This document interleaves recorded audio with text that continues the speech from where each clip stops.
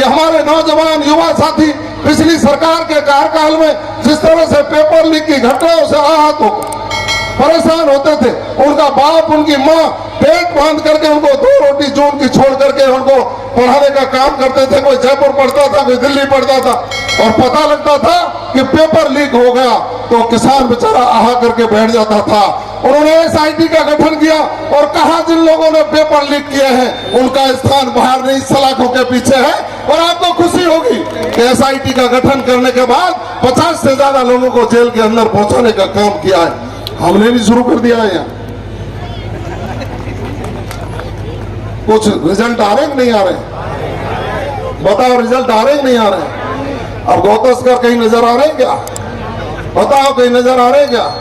टटलूबाज भी भागे फिर रहे हैं, पुलिस पीछे, ये पुलिस के कर्मी खड़े हैं यहाँ, वही पुलिस है ना ये, पहले हाथ पे हाथ रख खड़े बैठी थी, अब राजस्थान की पुलिस दोगुनी गति से काम कर रही है। अब इनका गियर 100 की स्पीड पर है। जो भी अपराधी किसी भी जाति, किसी भी धर्म, किसी भी समाज का शांति भंग करने की कोशिश करेगा, कानून को अपने हाथ में लेने की कोशिश करेगा, राजस्थान की पुलिस उसको पकड़ करके सलाखों के पीछे पहुंचाने का काम करेगी। इस तरह के निर्देश हम लोगों ने जारी किए।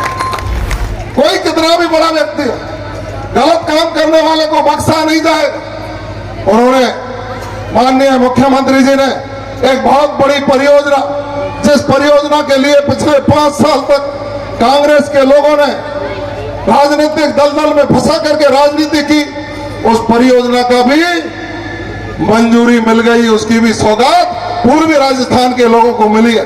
परसों के दिन जब माननीय मुख्यमंत्री जी आए, सब लोगों ने सड़कों पर खड़ा होकर के उनका स्वागत किया, सम्मान किया। बड़ौदा में से लेकर के धौलपुर से लेकर के गंगापुर सिटी, मलारना, छोड़, और रात को हम 11 बजे जब निभाई में थे, 20,000 लोग वहां इकट्ठे होकर के उनका इस्तकबाल और अभिनंदन कर रहे थे। यहाँ सड़कों पर जिस तरह से स्वागत हुआ, क्योंकि पिछले 40 साल से हमारा आप लोग सब लोग ये मांग कर रहे थे, पीने के लिए पानी चाहिए, सिंचाई के लिए पानी चाहिए।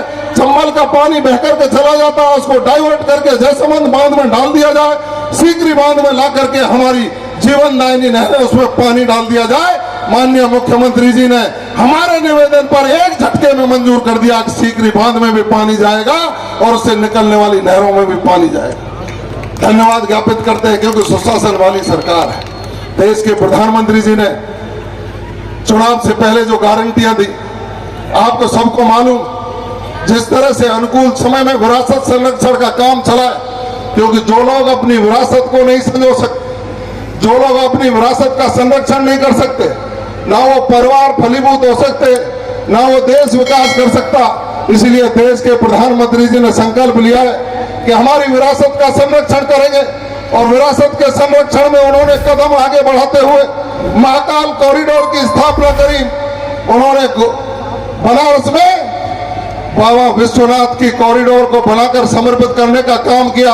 मां अन्नपूर्णा की मूर्ति को विदेशों से ला करके स्थापित कर दिया, और हमारे और आपके सबके आराध्य, जो वर्षों से सैकड़ों वर्ष पुरानी लड़ाई, कई लोग शहीद हो गए, भगवान श्री राम के मंदिर को 22 जनवरी को भगवान राम लला की मूर्ति की स्थापना करके आपको समर्पित करने का काम किया। ये होता है काम, यह है हमारी संस्कृति, यही है हमारा विचार।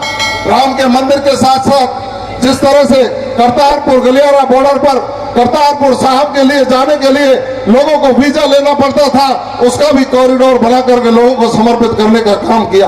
उन्होंने कहा है कि हमारा व्यक्ति कोई बीमार होता है, दूसरे की जेब की ओर देख कर, क्योंकि मजदूर व्यक्ति या पैसा नहीं हो, उनको आयुष्मान भारत में पूरा कवर बीमा का दे करके उनका मान सम्मान बढ़ाने का काम किया, उनके इलाज की व्यवस्था की।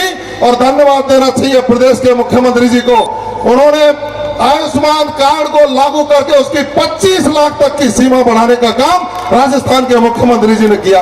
ये 25 लाख रुपए की सीमा तक का इलाज आप राजस्थान में नहीं, हरियाणा हो, उत्तर प्रदेश हो, पंजाब हो, गुजरात हो, किसी भी प्रदेश में जाकर के अच्छा इलाज करा सकते हैं और गरीब की जेब पर किसी भी प्रकार का भार नहीं पड़े, इसकी व्यवस्था राजस्थान की सरकार कर रही है। आप लोग कांग्रेस के लोगों को भी देखा होगा, जो 5 साल तक आपको और हमको परेशान करते रहे, लोगों को गुमराह करते रहे, पानी दिया नहीं, बिजली दी नहीं, लोगों को सुविधाएं दी नहीं, लास्ट में आकर के अपने फोटो बांटना शुरू कर दिया।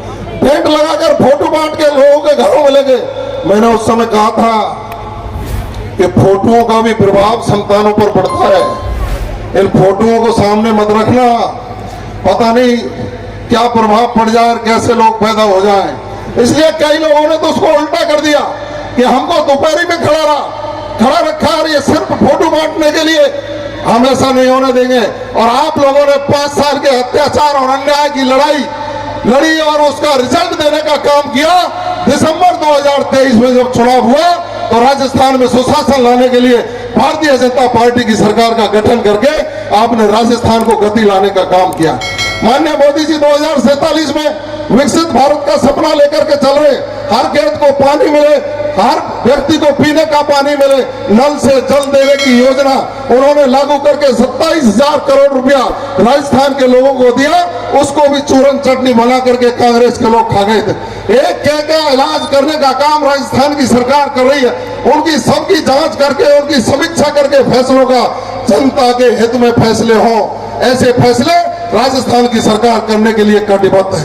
मैं तो आभारी हूं आप सब लोगों, हमेशा आप जिस तरह से प्यार और आशीर्वाद मेरे ऊपर देते हो। आप तो कह रहे थे घोषणा की, ये गौशाला मेरी है। इस गौशाला के लिए नहीं, हमने मुख्यमंत्री जी को कहा है कि गोचर भूमियां जहां जहां गांवों में हैं, उन चरागाह भूमियों को गोचर भूमि बोलते थे। हमने निवेदन किया है कि आप इस पर एक विचार करिए और जहां जहां चरागाह भूमियां, गोचर भूमियां हैं, उनको गौशालाओं के लिए आरक्षित करिए, जिससे गांव के लोग गाय पालने का काम कर सके। अभी जब लेखा अनुदान मांगे माननीय वित्त मंत्री दिया कुमारी जी रख रही थी, तो आपको ध्यान होगा गौ पालने वाले लोगों को एक गोपाल कार्ड, जैसे किसान कार्ड है ना, इस तरह से गौ पालने वाले लोगों को गोपाल कार्ड बनाकर 1 लाख रुपए तक का ऋण बिना ब्याज के देने का काम किया है। आप देखिए, ये राजस्थान की सुशासन वाली सरकार है, इसका कुंडा बने, यहाँ की भूमि आरक्षित हो, इन सब का काम हम सबको मिलकर करना है। मैं तो इस गौशाला का सदस्य हूं, इसके लिए जो करना पड़ेगा वो करेंगे और सरकार से जो मदद चाहिए कि वो मदद देने का काम करेंगे। हम सिर्फ घोषणा भी नहीं है, हम तो काम में विश्वास रखते हैं। आप तो आशीर्वाद रखिए।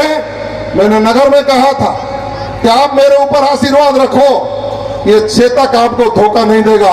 और आज मैं कह रहा हूं, उन लोगों ने आशीर्वाद दिया है, मेरे ऊपर विश्वास किया है, चेतक ने अपना काम शुरू कर दिया है, उसके रिजल्ट आप देख रहे हैं।